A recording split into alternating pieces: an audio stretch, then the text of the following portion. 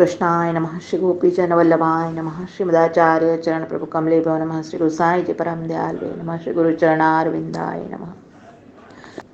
અધ્યાય 13 પ્રભુચરણોમાં દંડવત. સંન્યાસ ધર્મ અને સિદ્ધાવસ્થાનું વર્ણન. નારદવાચ. દંડવત પ્રણામ પ્રભુ. કલ્પસ્થેવં પરિવ્રજ્ય દેહમાત્રાવશેષિતઃ ગ્રામે કરાત્ર વિધિના નિરપેક્ષશ્ચરે મહિમા. નિરપેક્ષ શરેન મહિમા. અધ્યાય સારાર્થ દર્શન. નારદ ઋષિ કહે છે કે હે યુધિષ્ઠિર રાજા, વાનપ્રસ્થ ધર્મ પાડ્યા પછીથી બ્રહ્મના વિચારની ઈચ્છા હોય તો સંન્યાસ ગ્રહણ કરવો. સંન્યાસ લેતી વખતે આપણા એક દેહ વગર બધી જ વસ્તુનો ત્યાગ કરવો. કોઈ પણ એક સ્થાન રહેવા માટે નિશ્ચય રાખવો. તેમજ કોઈ પણ એક વ્યક્તિનો આશરો પણ રાખવો નહીં. તેમજ એક ગામમાં એક રાતથી વધારે રોકાવું નહીં. અને વસ્ત્ર પહેરવા જરૂર હોય તો કેવલ ગુપ્ત સ્થાનમાં ઢાંકવા કોપીને વસ્ત્ર પહેરવું. જ્યાં સુધી કોઈ પણ આપત્તિ ન આવે ત્યાં સુધી દંડ અને આપણા સંન્યાસના ચિહ્નો ધારણ કરે.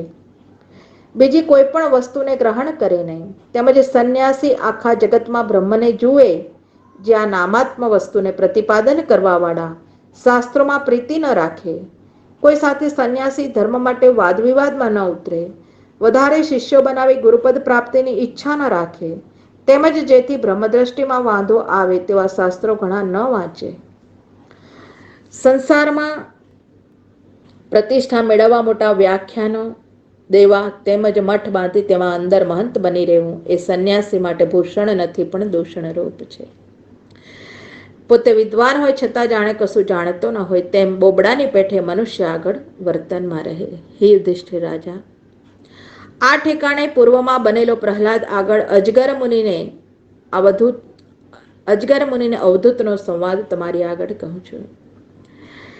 એક વખત કાવેરી નદીને કાંઠે સહ્યાદ્રી પર્વતની ગુફામાં અજગરનો રૂપ ધારણ કરી દત્તાત્રેય મુનિ પોડ્યા હતા. ત્યાં દૈત્યોના છોકરાઓને લઈને પ્રહલાદજી જઈ પહોંચ્યા. આ મુનિને વંદન કર્યા. તેમને ધૂળમાં અજગર રૂપથી સૂતેલા જોઈ તેમનું પૂજન કર્યું. અર્ધપાદ્ય ધર્યા. તેમને વિનંતી કરી, હે ભગવાન, આપે પોતાનું શરીર આ અજગર પરાનું ધારણ કરીને આપ ધૂળમાં આડટો છો. હે પ્રભુ, આ શરીરમાં હૃષ્ટપૃષ્ટ આપ છો તેનું શું કારણ છે? ઘણા ભાગે જે સુખી જીવનવાળા શ્રીમંત લોકો હોય ને તેમનું શરીર પણ આપ જેવું હૃષ્ટપૃષ્ટ હોતું નથી. તેવી રીતે આપ નિષ્ક્રિય પ્રણાથી જીવન ગાળી રહ્યા છો તે આ શક્તિ ક્યાંથી પ્રાપ્ત થઈ? જે યોગ્ય હોય તો આપ અમને કહો. આ પ્રહલાદજીના વચનો સાંભળ્યા. બ્રાહ્મણ રૂપ દત્તાત્રેયજી અજગર મુનિ પ્રહલાદ પ્રતિ નીચે મુજબ બોલ્યા. હે દૈત્યરાજ પ્રહલાદ, શ્રેષ્ઠ પુરુષો બધાએ તમારું સન્માન કરે છે. મનુષ્યને કર્મોની પ્રવૃત્તિ અને તેની નિવૃત્તિનું શું ફળ મળે છે તે તમે પોતાની જ્ઞાન દ્રષ્ટિથી જાણો. આપ જ્ઞાન દ્રષ્ટિથી જાણો છો. તમારી અનન્ય ભક્તિના કારણે જ પ્રભુ સદૈવ તમારા હૃદયમાં બિરાજમાન હોય છે. અને એ પ્રભુ જે સૂર્ય અંધકારને નષ્ટ કરે છે એમ પ્રભુ તમારા અજ્ઞાન રૂપ અંધકારને નષ્ટ કરે છે. છતાંય મેં એવું જાણ્યું છે તે પ્રમાણે તમારા પ્રશ્નોનો હું ઉત્તર આપું છું.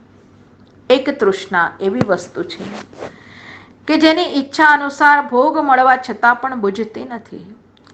એ જ કારણથી જન્મ મરણના ફેરામાં જીવને ભટકવું પડે છે. તે તૃષ્ણાએ ન જાણે મારાથી કેટલાય કર્મો કરાવ્યા હશે અને તેથી મને કેટલીય યોનિઓમાં ભટકાવ્યો હશે. પૂર્વે સંચિત કર્મોના કારણે અનેક યોનિઓમાં ભટકતા મને મનુષ્ય યોનિ મળી છે.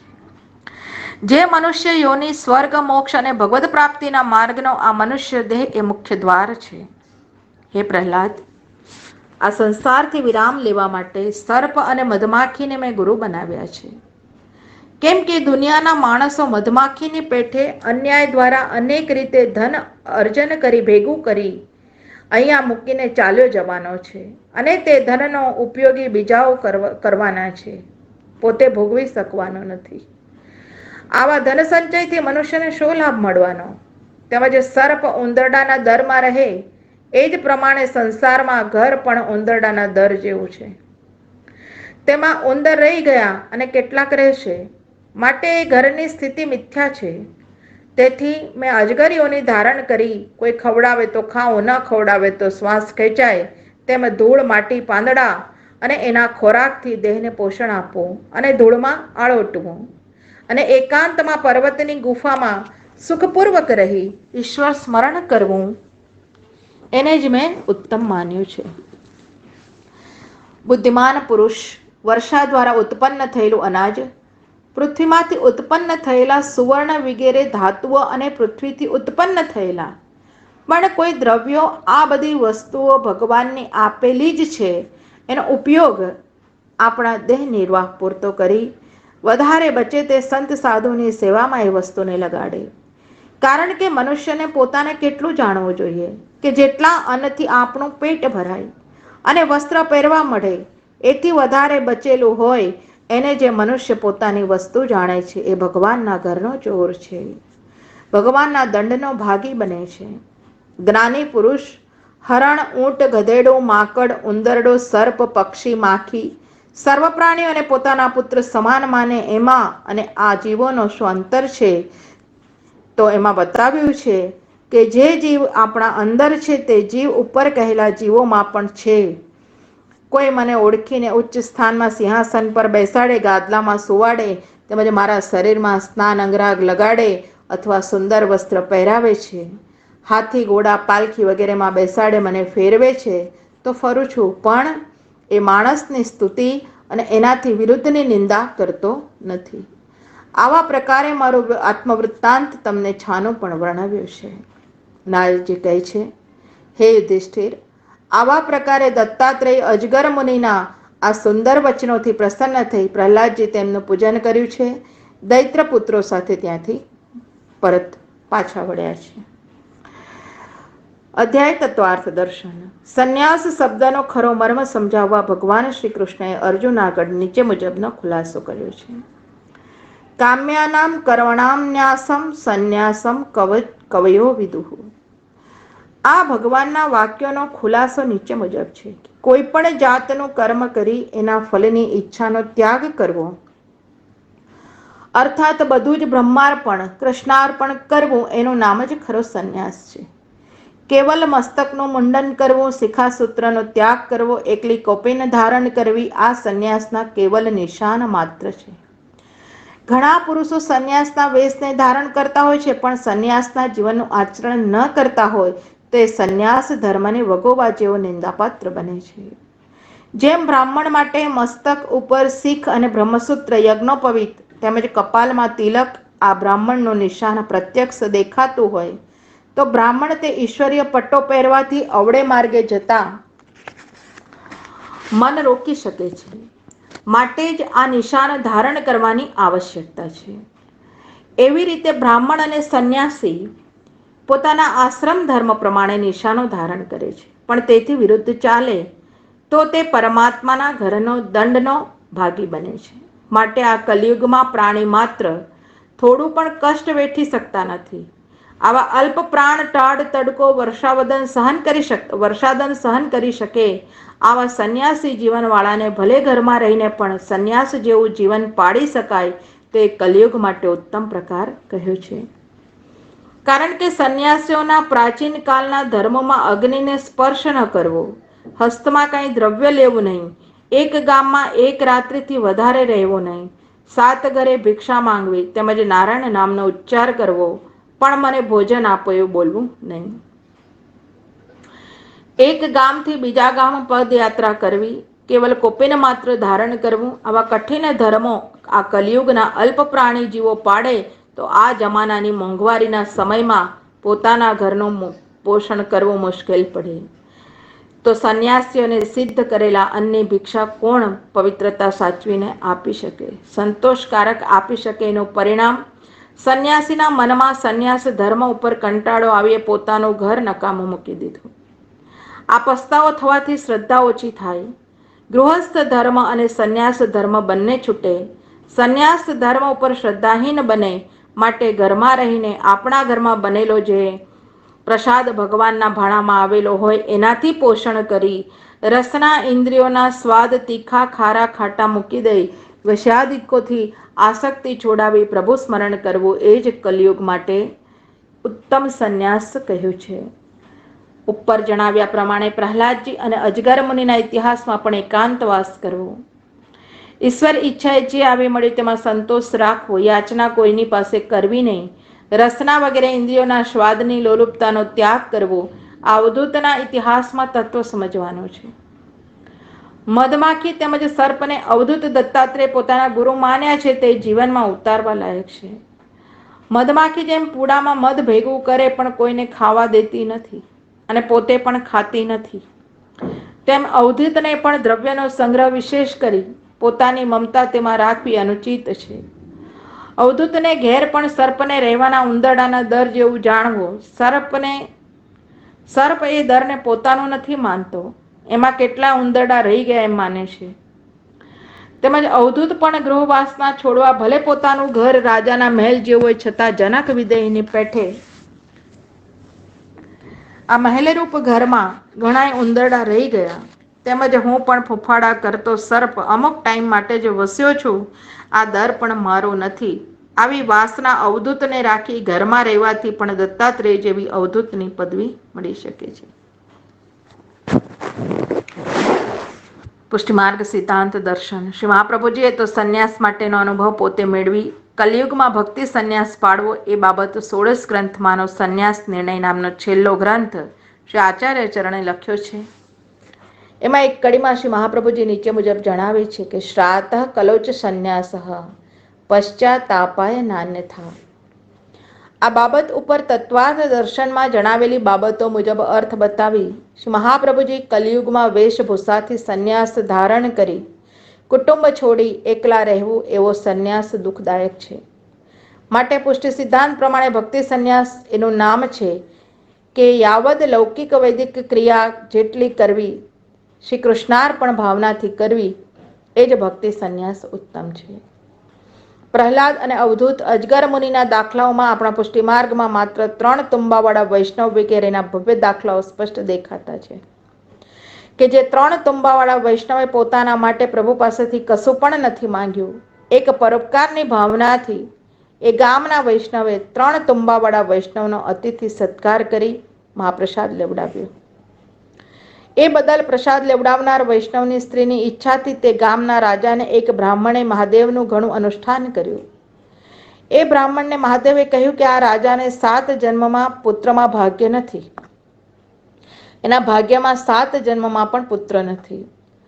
છતાં પણ આ 3 તુંબાવાળા વૈષ્ણવે એક પુત્ર નહીં પણ 4 પુત્ર થશે આવા આશીર્વાદ આપ્યા છે.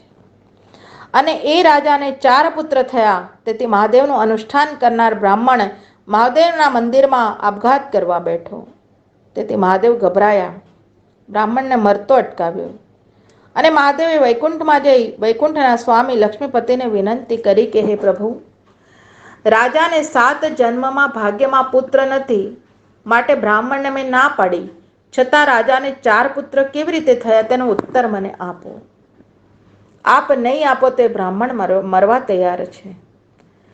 તે મહાદેવજીના વચન સાંભળીને વૈકુંઠપતિ ભગવાને મહાદેવ પ્રતિ એટલે મુજબ આજ્ઞા કરી કે પૃથ્વીમાં શ્રી આચાર્યશ્રીનો એક સેવક મહાન અવધૂત દશામાં 3 તુંબાવાળો વૈષ્ણવ છે. એનો કહેલો બોલ મારે વિધાતાના લેખ ખોટા કરીને માન્ય રાખવો પડ્યો છે. એ 3 તુંબાવાળા વૈષ્ણવે મારા ઉપર દયા કરી નહીં, તો એ 3 તુંબાવાળો વૈષ્ણવ મુખથી તે વૈષ્ણવની સ્ત્રીને એમ કહી દે કે આ તારા ગામના રાજાને ઘેર વૈકુંઠના નાથ લક્ષ્મીપતિ પુત્ર પ્રણાથી જન્મ લેશે તો એ રાજાના ઘરે મારે અવતાર લેવો પડતો. ઉપર લખેલા ભવ્ય દ્રષ્ટાંત પ્રમાણે આપણા પુષ્ટિ માર્ગની અંદર આવા 3 તુંબાવાળા અવધૂત વૈષ્ણવો હોય છે. ધર્મ પારમહંસ્યમ વૈ મુનૈઃ શ્રુત્વા અસુરેશ્વરઃ પૂજયિત્વા તત પ્રીતશ્રામમ પ્રથયો ગૃહમ. ઇતિ શ્રીમદ્ભાગવત મહાપુરાણ સપ્તમ સ્કંદ વિશે અધ્યાય 13મો. શ્રી વલ્લભ કૃપા ગુરુ કૃપા ગોવિંદ કૃપા તેજાપ્યમ. શ્રી કૃષ્ણાર્પણ વસ્તુ. અધ્યાય 14 ગૃહસ્થના ધર્મ. યુધિષ્ઠિર ઉવાચ. ગૃહસ્થ એતામ પદવીમ વિધેનામ યેન ચાસસા યાતિ દેવરૂપે ષ્ટહિ માદસો ગૂઢ મૂઢ દધીહિ. અધ્યાય સારાર્થ દર્શન. યુધિષ્ઠિર રાજા કહે છે કે હે ભગવાન, નારદ મુનિ આ સંન્યાસી અને વાનપ્રસ્થની ગતિને મારા જેવા ગૃહાસક્ત મૂઢ બુદ્ધિવાળા પણ મેળવી શકે. હે દેવર્ષિ, તેઓ માર્ગ મને બતાવો. નારદજી આજ્ઞા કરે છે કે હે યુધિષ્ઠિર, ગૃહસ્થાશ્રમમાં રહેતો પ્રાણી બધી જ વસ્તુ ઈશ્વરાર્પણની ભાવના કરી જીવન નિર્વાહ ચલાવે.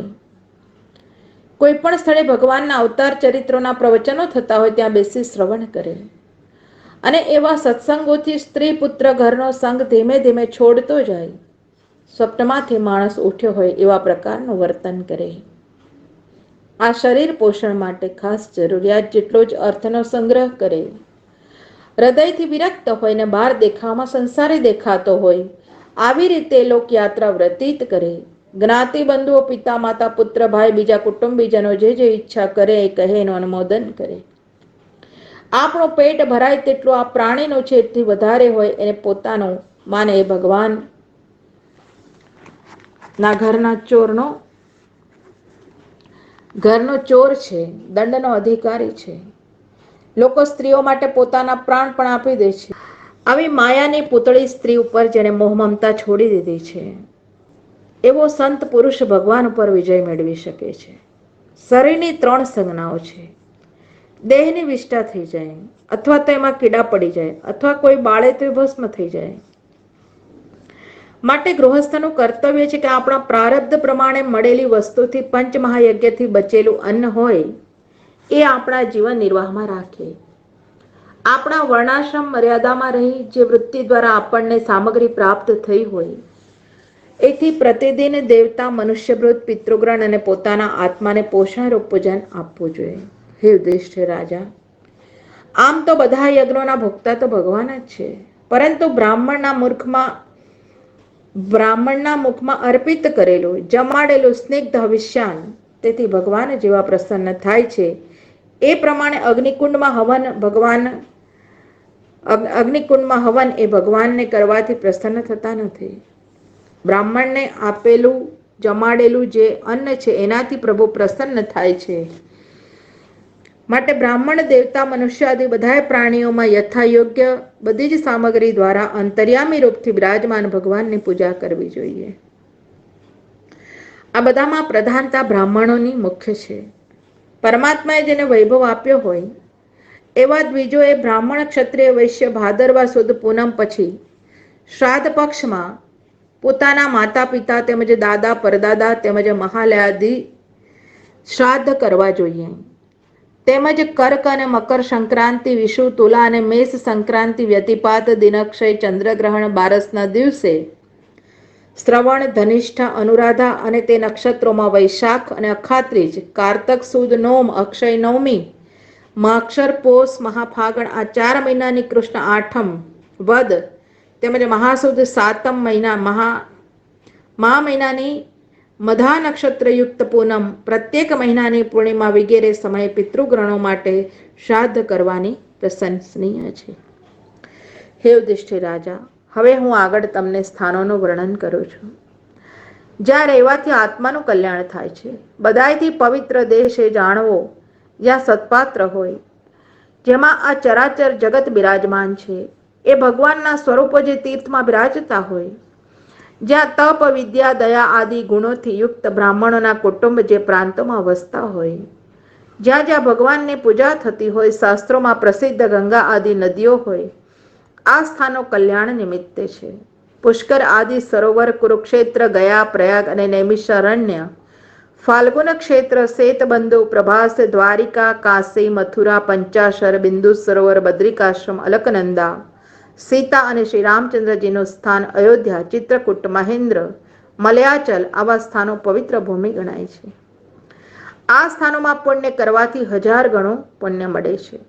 આખા જગતમાં સત્પાત્ર એક ભગવાન સિવાય બીજું કોઈ નથી.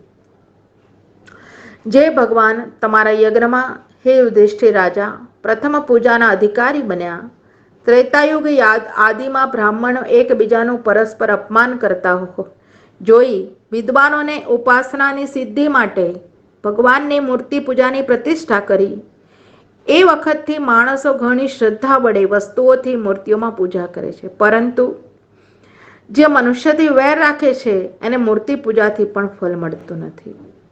હે યુધિષ્ઠિર રાજા, માણસોમાં પણ બ્રાહ્મણ સુપાત્ર વધારે ગણાય, કારણ કે પોતાની તપસ્યા, વિદ્યા, સંતોષ આદિ ગુણોથી ભગવાનમાં વેદરૂપ શરીરને ધારણ કરે છે.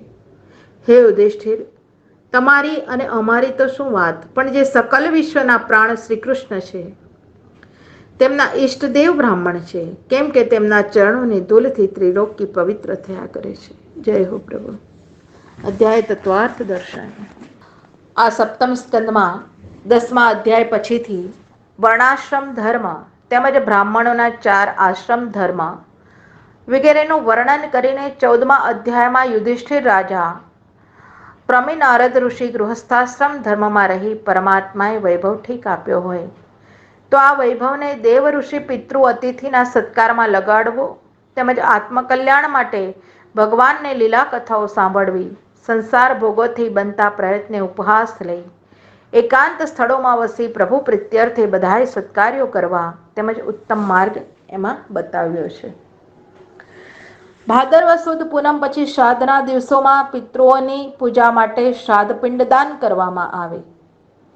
એમાં બ્રાહ્મણ ભોજન કરાવવા, એમાં દેવ કાર્યમાં 2 બ્રાહ્મણ જમાડવા અને પિતૃઓ માટે શ્રાદ્ધમાં 3 બ્રાહ્મણો જમાડવા ઇત્યાદિક ધર્મોથી આ અધ્યાયમાં નીચે મુજબ તત્વ બતાવ્યું છે. શ્રાદ્ધના દિવસે બધા કુટુંબીઓને બોલાવી પિતૃઓ માટે બ્રાહ્મણ જમાડવાથી પવિત્રતા બરોબર સચવાય નહીં, તેમજ ગૃહ કુટુંબના બાલ બચ્ચાઓની હોહા વધારે થાય એ રઘવાટથી પિતૃઓ માટેનો અપરાહ્ન કાળ પણ સચવાય નહીં, તો પિતૃઓ આશા ભર્યા આવ્યા હોય એ ભૂખ્યા પાછા જાય. માટે શ્રાદ્ધના દિવસે મહાન પવિત્રતાથી રસોઈ બનાવી ઘી, ખાંડ, દૂધ, સાકરથી સ્નિગ્ધ ભોજન બ્રાહ્મણોને કરાવવામાં આવે તો જ પિતૃ તૃપ્ત થાય. આ ભાવના સાચવવા માટે આ અધ્યાય શ્લોકમાં લખ્યું છે કે શ્રાદ્ધ કુલ્યાન વિસ્તરમ, કિંતુ શ્રાદ્ધમાં કુટુંબીઓનો વિસ્તાર ન વધારવો. આડા દિવસે વર્ષગાંઠ વગેરેમાં વિસ્તાર કુટુંબીઓનો વધારવો. આવી રીતે તીર્થાટનનું વર્ણન, બીજી પર્વતિથિઓનું વર્ણન જે આ અધ્યાયમાં આવે છે એનું તત્વ પણ લક્ષ્મીનો સદુપયોગ, તીર્થ પર શ્રાદ્ધ અને અમુક પર્વોની તિથિઓમાં સ્નાનનું મહાત્મ્ય વધુ છે.